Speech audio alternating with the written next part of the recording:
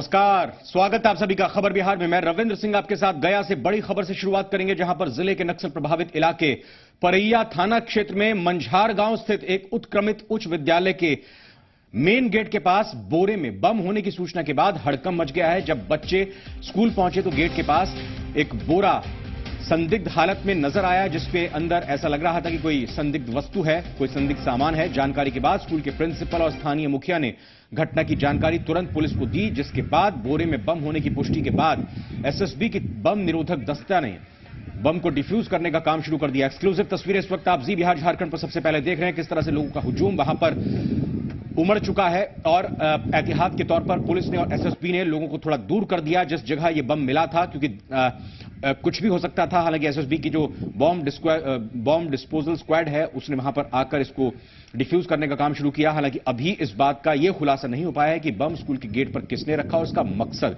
क्या था। जी मीडिया संवाददाता जयप्रकाश और जानकारी के साथ गया से हमारे साथ जुड़ चुके हैं। जयप्रकाश, ये बताएं कि क्या बम डिफ्यूज करने की प्रक्रिया पूरी हो गई है और कुछ जानकारी मिली पुलिस को, कौन यहां पर लेकर आया है इस बम को? जी, मैं बता दूं कि जो बम है, बम को डिफ्यूज कर दिया गया है और इसकी जो तीव्रता थी वो करीबन इसमें 1 किलोग्राम तक एक्सप्लोजिव रखा गया था और इलाके में दहशत फैलाने के मकसद से ये किसी शरारती तत्वों के द्वारा रखा गया था, जिसके बाद आज एसएसबी की टीम पहुंची और इस बम को डिफ्यूज किया गया है। बिल्कुल, और फिलहाल की स्थिति क्या है और कहीं ना कहीं ये बम का पता कैसे चला था? क्योंकि जिसने सबसे पहले इसको देखा, जिसने इसकी सूचना पुलिस को दी, वो वाकई काबिले तारीफ है और ये उसका काम इनाम के लिए हकदार है। जी मैं बता दूं कि जैसे ही जो प्रभारी प्रधानाचार्य है वो वहां पर स्कूल पहुंचे थे और स्कूल के गेट में जैसे ही उन्होंने देखा तो सबसे पहले मुखिया जी को फोन किया। उसके बाद वहां पर स्थानीय थाना जो परैया थाना पड़ता है इलाका का, उस इलाके के थाने प्रभारी को फोन किया गया। धन्यवाद जयप्रकाश, आपका इस पूरी खबर को ब्रेक करने के लिए, इस पर जानकारी देने के लिए शुक्रिया।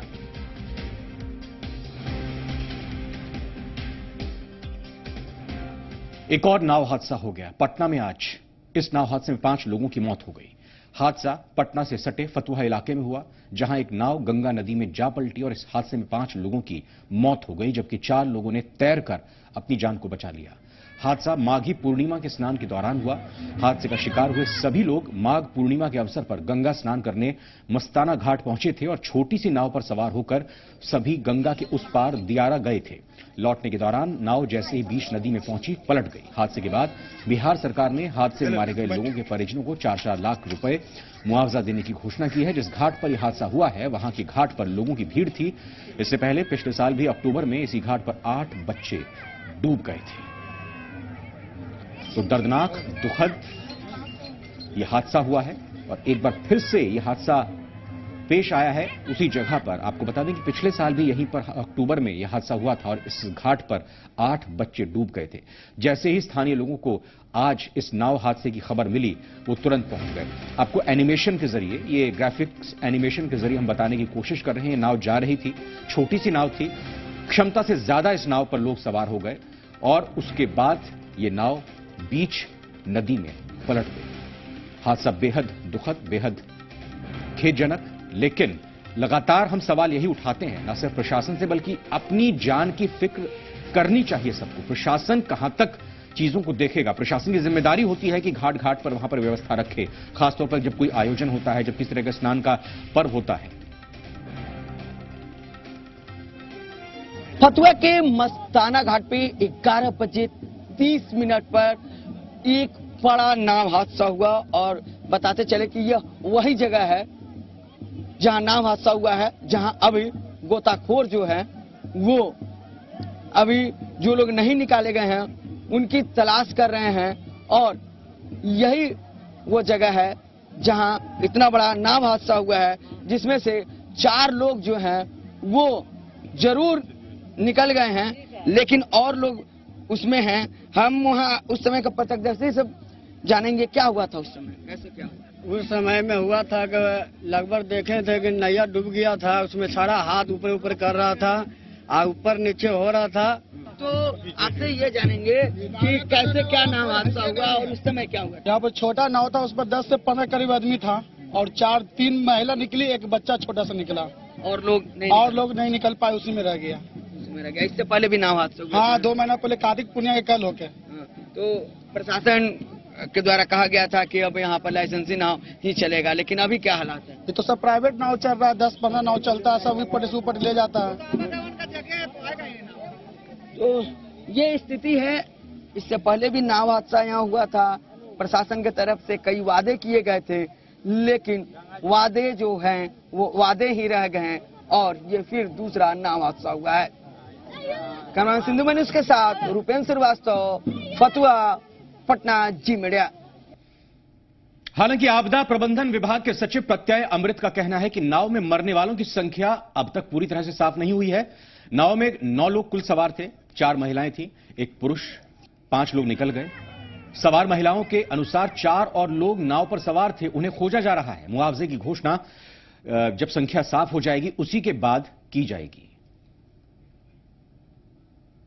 जो अब तक की जानकारी प्राप्त हुई है जिला पदाधिकारी पटना के माध्यम से, ये नाव में 9 लोग सवार थे, जिसमें 4 महिलाएं और 1 पुरुष।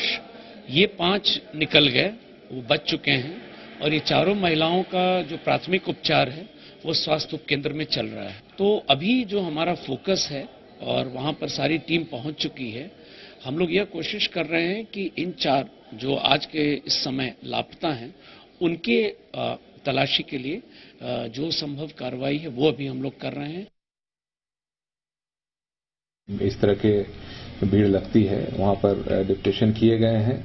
इसके अतिरिक्त स्थानीय प्रशासन के स्तर पर भी लोग सतर्क थे, लेकिन कहीं हो सकता है कि छोटे मोटे घाट हैं, उससे संभवतः यह नाव वो भी शायद कोई डेंगी छोटी टाइप की नाव थी जिससे लोग गए हैं। इन सभी चीजों की हम लोग जांच कर रहे हैं।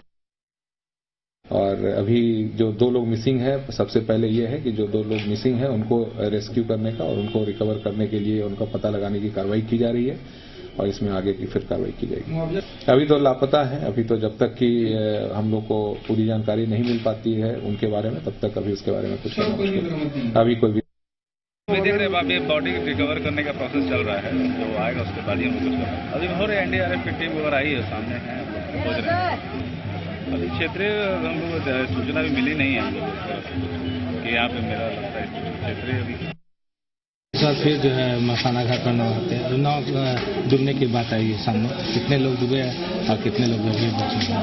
ये लोग गया के रहने वाले हैं। अच्छा, नीमचक बसाने के ये लोग आए थे स्नान करने के लिए और उस तरफ गए थे, स्नान भी कर लिए और लौट रहे थे। लौटने के क्रम में नाव डूब गई, जिसमें से 3 महिलाएं और 1 बच्चे को बचाया गया जो यहाँ पर हॉस्पिटल में है।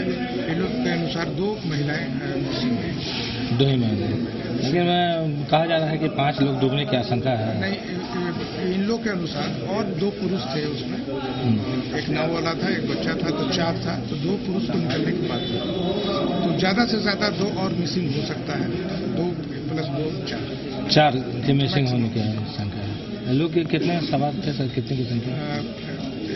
6 तो ये लोग थे और इसके अलावा 2 पुरुष थे, तो 8 लोग नाव वाला, 9 आदमी, कुल 9 आदमी के 9 या 10 होंगे। बच्चा अभी हेपेटाइट थे, जैसे खड़े से देखते देखते न कहे अब डूब गया ना।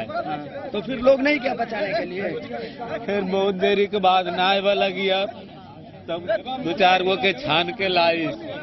आपकी बेटी, आपकी पत्नी और नतनी का नाती था फरिश्ता। क्या हुआ? अभी बचा कि नहीं? अभी हमको पता नहीं मिल रहा है। तो पत्नी और बेटी भी नहीं निकल पाई।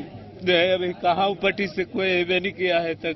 कोई भी नाव का लाइसेंस नहीं है, किसी का कोई अथी नहीं है। जितना होता है उतना डालता है, आदमी को भेड़िया की तरह डालता है और बस ले जाता है, जितना मर्जी होता है उतना ले जाता है। प्रशासन आता है सर, गाड़ी से उतरता है, नाव पे बैठ के इन्ने से उन्ने हाथ पर डुलावेगा, देख के निकल जाएगा, डिंग डांग लेके चल जाएगा। अभी और कोई काम धंधा नहीं करेगा प्रशासन।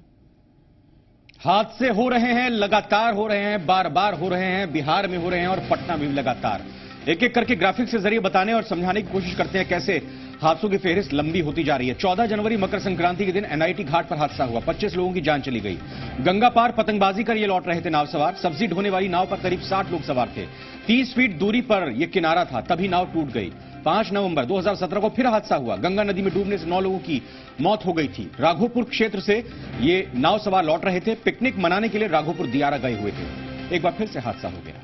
नाव पलटती है, नाव डूबती है, सवाल खड़े किए जाते हैं, आश्वासन दिए जाते हैं, मुआवजा कहा जाए कि मुआवजे की मरहम लगाया जाता है, लेकिन फिर सब कुछ भूल जाते हैं और एक बार फिर से कुछ दिनों के अंतराल के बाद इस तरह का हादसा पेश आ जाता है। ना सिर्फ प्रशासन को जागना समझना होगा, बल्कि सख्त दिशा निर्देश देने होंगे, बल्कि हम सबको भी जो नाव का इंतजार करते हैं समझना होगा, अपनी जिंदगी को कीमती मानना होगा।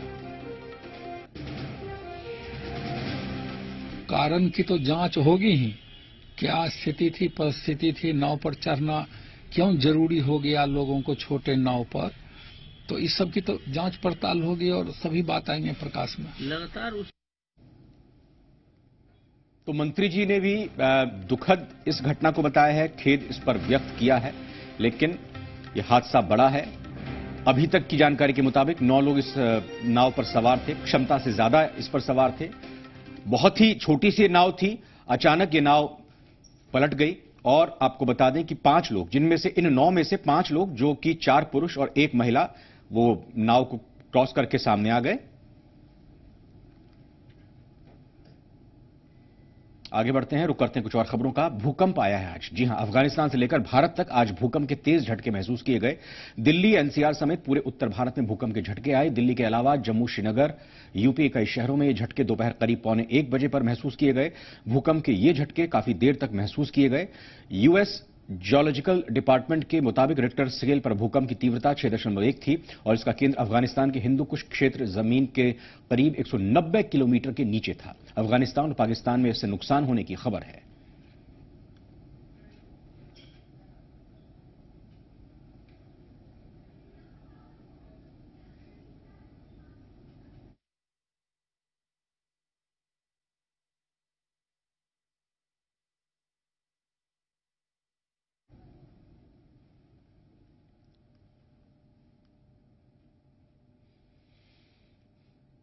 तो चंद्र ग्रहण आज रात है, लेकिन आपको बता दें कि आज उससे पहले भूकंप आया है उत्तरी भारत में और इस भूकंप का जो पैमाना है वो 6.2 रिक्टर स्केल पर मापा जा रहा है।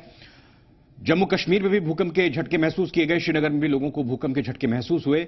और साथ ही साथ आपको बता दें कि अफगानिस्तान का हिंदू कुश जो पहाड़ियां हैं, जो इलाका है, अक्सर वो ये कहा जाए कि सबसे सेंसिटिव है, सबसे सेंसिटिव जोन है और वहां पर ये केंद्र था इस भूकंप का।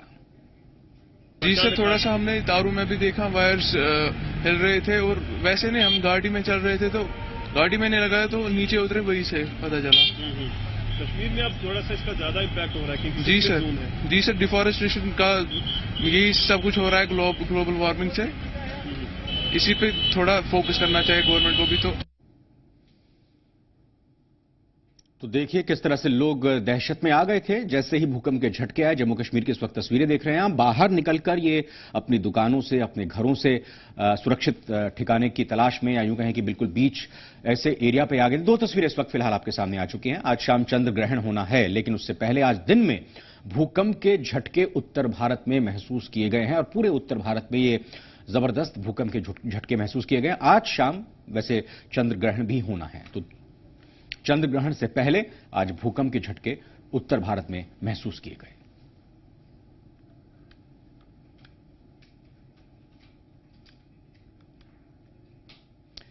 तो किस तरह से धरती कांपी।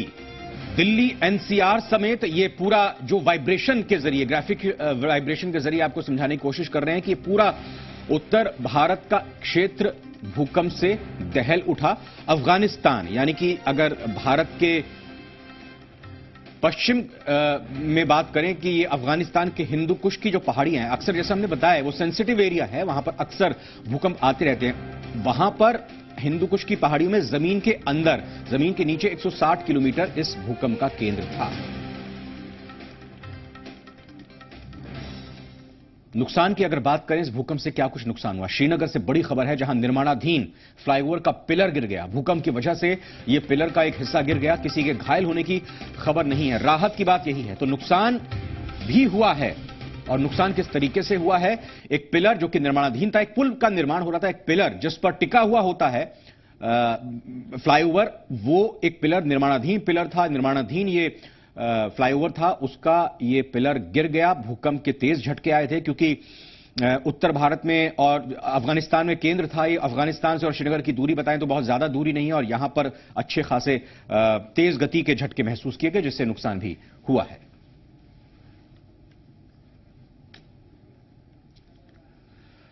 सीएम नीतीश कुमार दिल्ली पहुंच चुके हैं और इस दौरान सीएम केंद्रीय मंत्री नितिन गडकरी से मुलाकात करने उनके आवास पर पहुंचे। यहां सीएम ने इथेनॉल से चलने वाली ऑटो, बाइक और इलेक्ट्रिक ऑटो का निरीक्षण किया।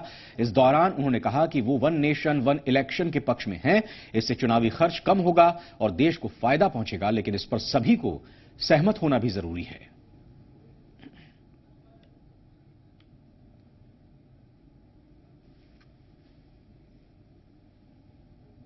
भी यही कहा और मैं यही कहूंगा कि जाइए हमारे यहाँ बिहार में, तो देश में सबसे अधिक अगर मोटरसाइकिल कहीं बिकता है तो बिहार में बिकता है। अगर वहां इथेनॉल बेस्ड आएगा, वैसे भी जानते हैं हमने जब से प्रोहिबिशन लागू किया तो जो मोलासेस से अब इथेनॉल बनता है, तो इथेनॉल का उत्पादन ज्यादा है, लेकिन बिहार में इसकी संभावना और ज्यादा है। एक बार बहुत पहले 10-12 साल हम लोगों ने कोशिश भी की थी, जैसे कॉर्न की बात उन्होंने बताई, उसका जितना डंठल है आप काट देते हैं, उसको ऐसे ही आप कोई यूज नहीं करते, उस सब में इतना पोटेंशियल है कि उससे एथेनॉल बन सकता है। साउंड पोल्यूशन भी नहीं, एयर पोल्यूशन भी नहीं, तो वो 10 रुपए में आता है। अगर हमारी बसेस अगर इलेक्ट्रिक पर चलेगी तो आज जो टिकट के रेट है वो 50% कम हो जाएंगे गरीबों के लिए। तो ये देश के गरीब लोगों के लिए, मध्यम वर्गीयों के लिए बहुत बड़ी राहत होगी। अब हमने इलेक्ट्रिक बसेस के लिए लंदन ट्रांसपोर्ट के साथ हमने एग्रीमेंट किया है और सभी राज्य सरकार को अपील की है कि आप पैसा इन्वेस्टमेंट करिए, उसी प्रकार का मॉडल लाकर आपके प्रदेश में 5,000 10,000 बसेस आप इलेक्ट्रिक पर चलाइए। यूपी में भी हमने दिया है, बिहार को भी मैंने मॉडल बताया, तो इससे देश के गरीब लोगों को राहत मिलेगी। तो एक और सीएम नीतीश दिल्ली में हैं, दूसरी तरफ पटना सिटी के फतुहा में नाव हादसे में 5 लोगों की जान चली गई। इसी पर आरजेडी और कांग्रेस के सीएम के दौरे पर कांग्रेस ने सीएम के दौरे पर निशाना साधा है। आरजेडी विधायक शक्ति यादव ने कहा है कि नीतीश कुमार षड्यंत्र करने के लिए दिल्ली जाते हैं। उन्होंने आरोप लगाया कि सीएम नीतीश कुमार मध्यावधि चुनाव कराने के लिए लालायित हैं। तो वहीं कांग्रेस के प्रभारी प्रदेश अध्यक्ष कौकब कादरी ने कहा कि नीतीश कुमार को दिल्ली शिफ्ट हो जाना चाहिए।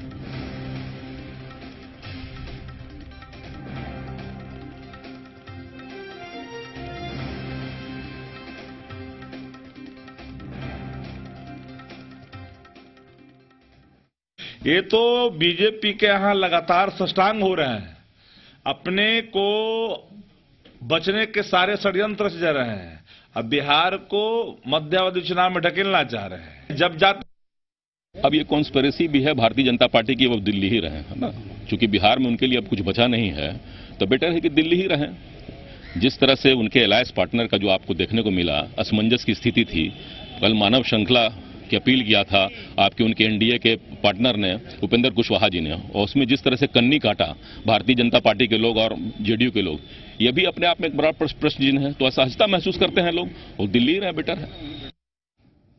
दिल्ली दौरे पर निशाना साधा जा रहा है मुख्यमंत्री पर। तो जो नंदनगांव में, बक्सर के नंदनगांव में सीएम के काफिले पर हमला हुआ था, उसके बाद शरद यादव, पूर्व सांसद, पूर्व जेडीयू नेता नंदनगांव पहुंचे। यहां वो दलित महापंचायत में शामिल हुए। इस दौरान शरद यादव ने कहा कि दलितों पर अन्याय के खिलाफ जो लड़ाई शुरू हुई है, उसी के लिए वो नंदनगांव पहुंचे। शरद यादव ने आरोप लगाया है कि नंदनगांव की घटना से लोकतंत्र शर्मसार हुआ है। शरद यादव ने सीएम नीतीश कुमार पर हमला बोलते हुए कहा कि नीतीश का 7 निश्चय फेल हो गया है। सरकार ने 11 करोड़ लोगों के विश्वास को चूर चूर कर दिया है।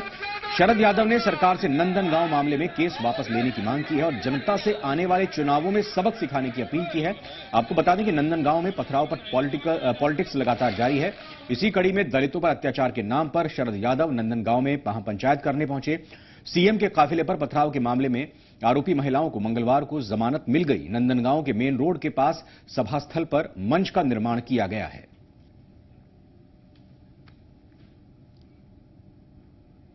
मधुबनी जिले के बेनीपट्टी प्रखंड के पौना गांव में सड़क निर्माण की मांग को लेकर ग्रामीणों का गुस्सा फूट पड़ा और सड़क जाम कर आगजनी की। दरअसल गांव में प्रधानमंत्री सड़क योजना के तहत 1 करोड़ की लागत से सड़क निर्माण का काम 2014 में शुरू कराया गया था और उसे 2014 में ही पूरा हो जाना था, लेकिन अधिकारियों की मिलीभगत से सड़क निर्माण कार्य पूरा हुए बगैर ही सभी राशि निकासी कर ली गई। ग्रामीणों ने डीएम से शिकायत भी की, लेकिन सड़क का निर्माण हुआ नहीं। अब एक बार फिर लोगों का गुस्सा सड़क निर्माण को लेकर फूट पड़ा है और लोगों ने भ्रष्ट अधिकारियों के खिलाफ कार्रवाई करने की मांग की है।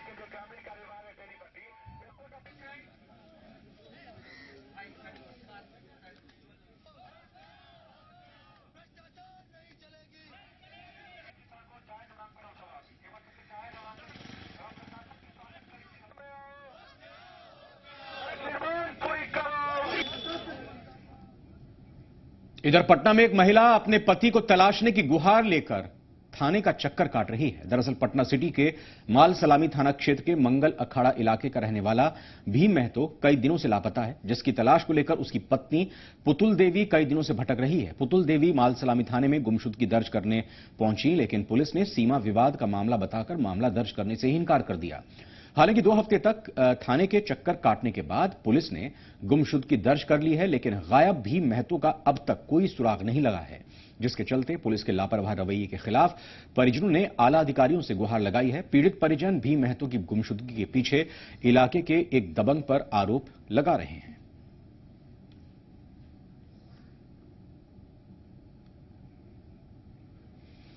इधर मधुबनी के रांटी चौक पर ग्रामीणों का गुस्सा उस वक्त फूट पड़ा जब खनन विभाग ने मिट्टी से लदे एक ट्रैक्टर को जब्त कर लिया। ग्रामीणों ने खनन विभाग की कार्रवाई के विरोध में रांटी चौक को जाम कर दिया और जमकर हंगामा मचाया और ट्रैक्टर को छोड़ने की मांग की। ग्रामीणों का आरोप है कि खनन विभाग अक्सर ट्रैक्टर को पकड़कर पैसे की उगाही करते हैं, जो पैसे नहीं देते उनका ट्रैक्टर जब्त कर लिया जाता है। प्रदर्शन कर रहे ग्रामीणों का कहना है कि जब तक भ्रष्ट अधिकारियों पर कार्रवाई नहीं की जाएगी तब तक सड़क जाम नहीं हटाया जाएगा।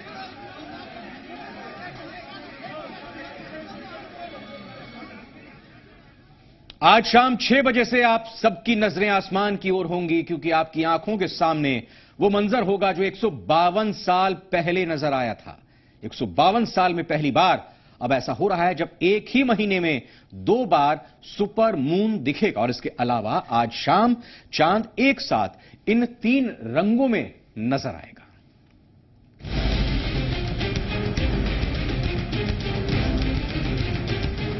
इस बार आसमान पर एक ऐसा चांद नजर आने वाला है जो आपने अब तक नहीं देखा होगा।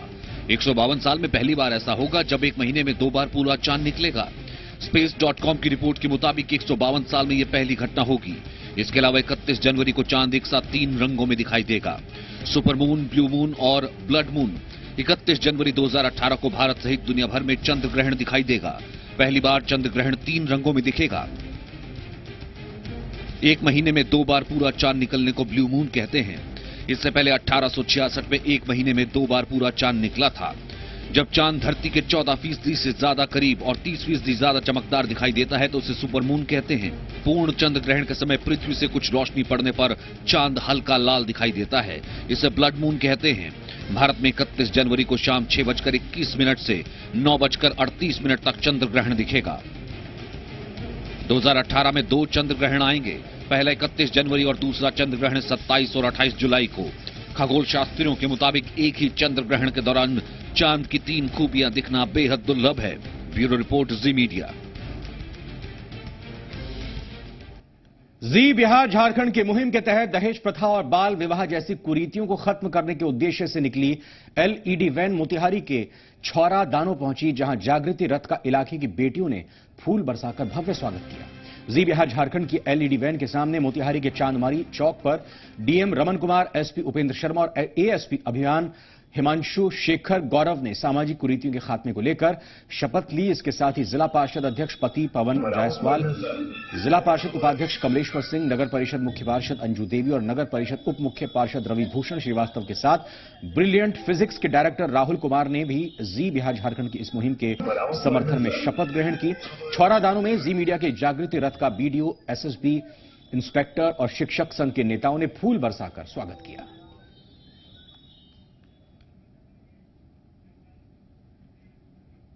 और इसी के साथ खबर बिहार में फिलहाल इतना ही। एक ब्रेक का वक्त है, ब्रेक के बाद खबर झारखंड।